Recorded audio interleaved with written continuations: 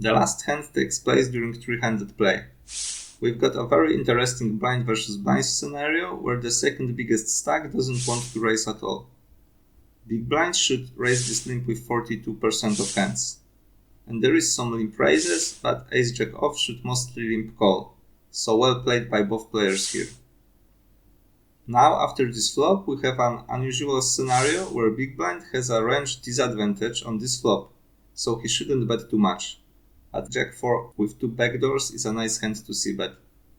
One thing is, if we don't want to bet too much, we usually want to use bigger sizings.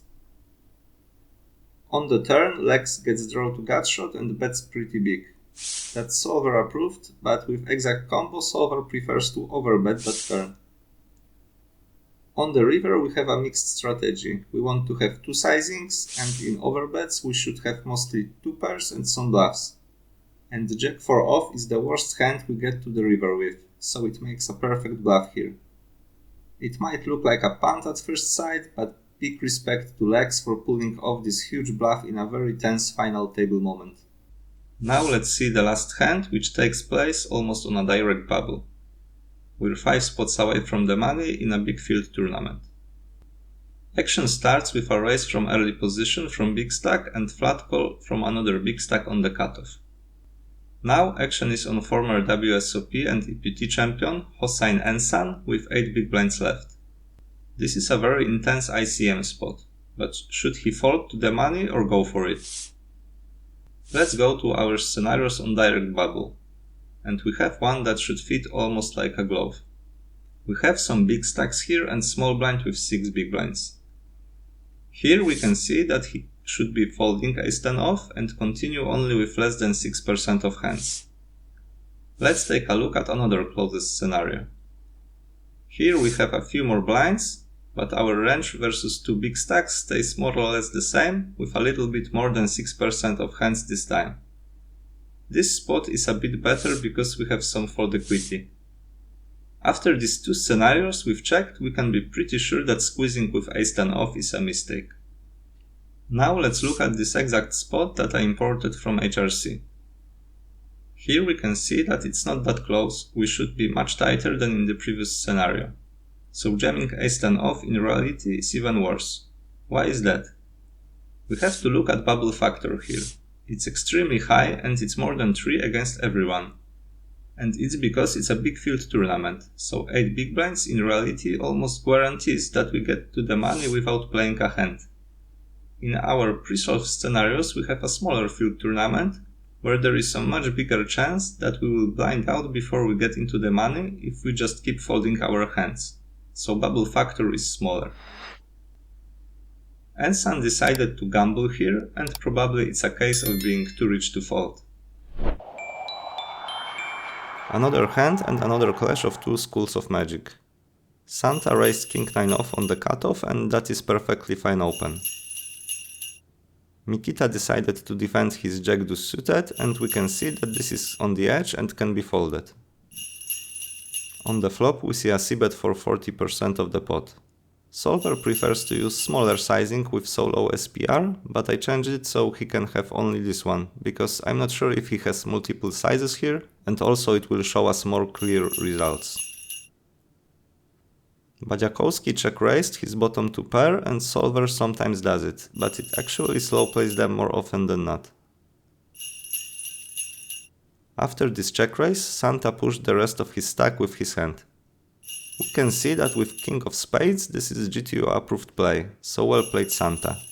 Of course, it gets even better when you can use white magic and all your flips in Christmas time are 100% to win.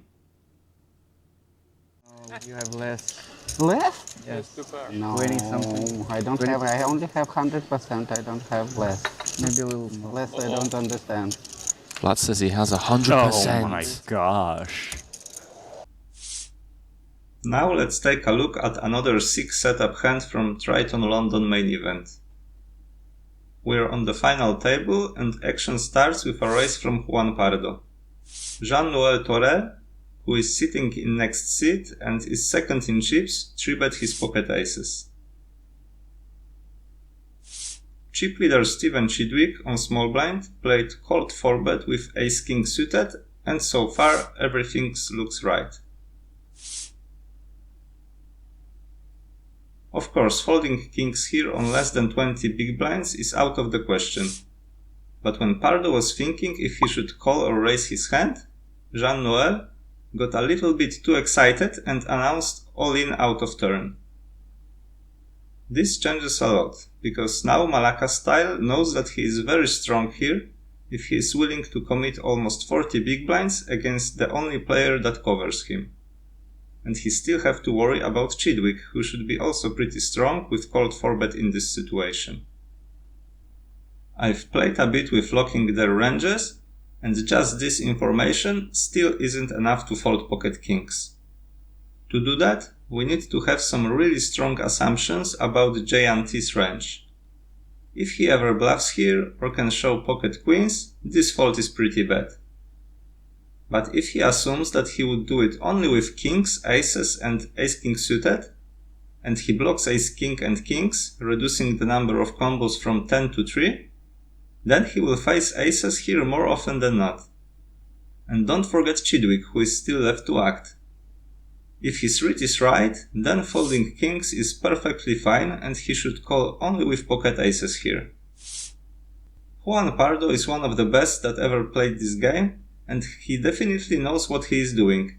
He isn't some random nit, and if you follow my videos, you saw one hand when he made a sick river call on FT of a big tournament. Dan Cates asked if he folded queens here, and was a little bit in shock, as everyone who saw this hand, that he folded pocket kings. But that is the kind of play that separates good players from elite players, who can deviate from GTO in this kind of crazy scenarios. Next hand we have the same player on blind versus blind battle. Small blind decided to raise small with effective stacks below 10 big blinds. Solver prefers to jam or limp, but against such a tight player that overfolds a lot, raising might be better here. Ace-4 off is just too good to fold. Even against a jam, it's an easy call, but against a raise it gets even better, because small blind should jam here almost all aces, so big blind is never dominated. This rejam against a player who is raising small with too many hands is printing money, and most of the time wins a lot of chips without showdown.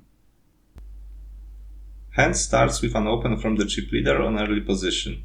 On the right, we see the chip EV opening range. It's almost a quarter of hands and we should either raise or fold. If we look at ICM scenario on the left, we can see that we can open more than a third of hands and also some of them play better as a jam.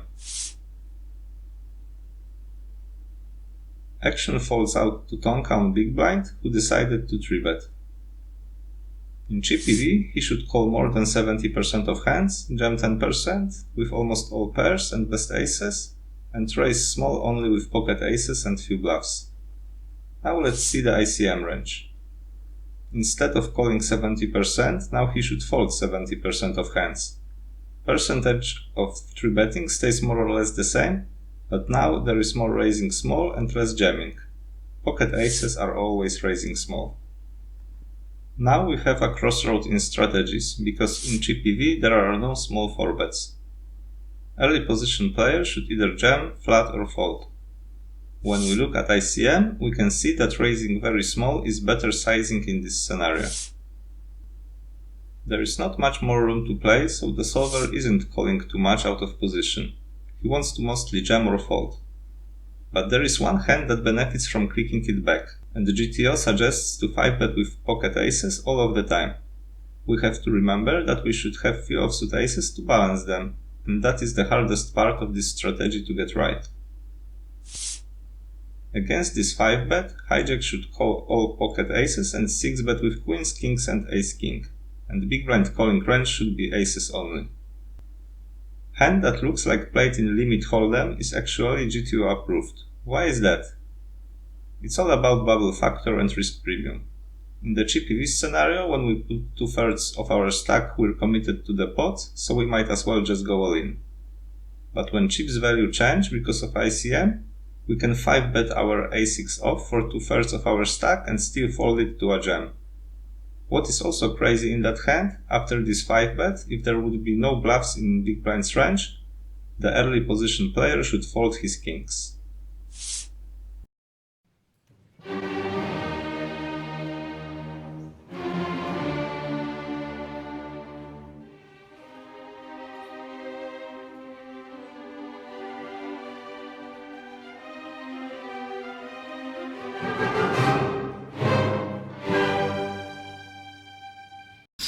This time I got like 1.3 with ace 9 of hearts.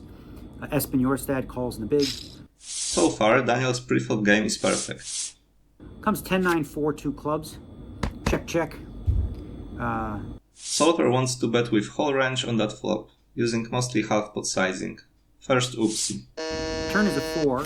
Check. I decide to check back with the 9. I've got great showdown value. I can pick up some bluffs on the river. On that turn, if we somehow didn't bet our ace-9 suited on the flop, it's mandatory bet on the turn. Second OOPSie. And the river's a 6, and he bets 40, and I'm pretty sure he hit a 6 here. Question is this like too thin to raise?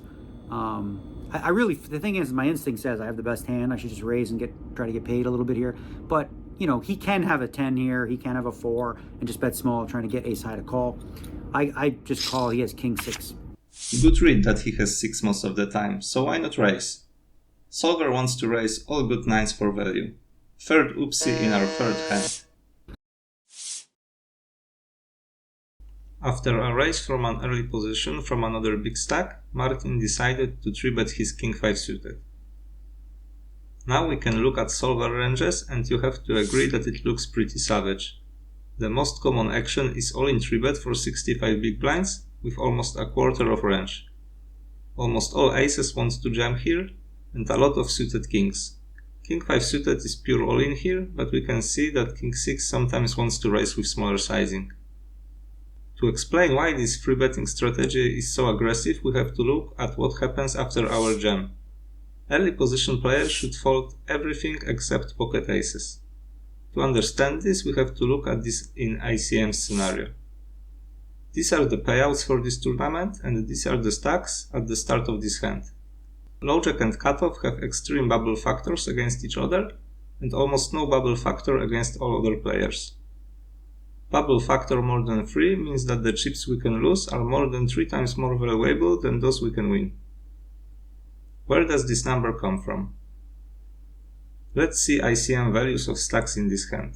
65 bigs is worth a little bit more than second place, and it's around 355k. If this stack would double up, its value in the tournament would jump to only 464k. This number cannot exceed first place price, so becoming a huge chip leader here would earn us 109k euros in the long run.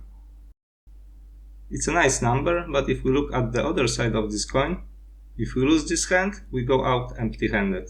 So basically we risk lose 355k to win 109k.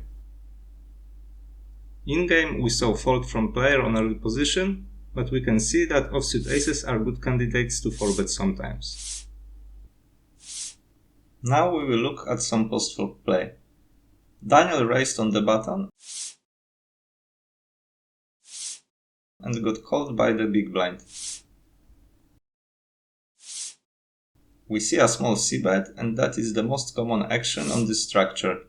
Ace-9 off uses this sizing more than half of the time, so well played here.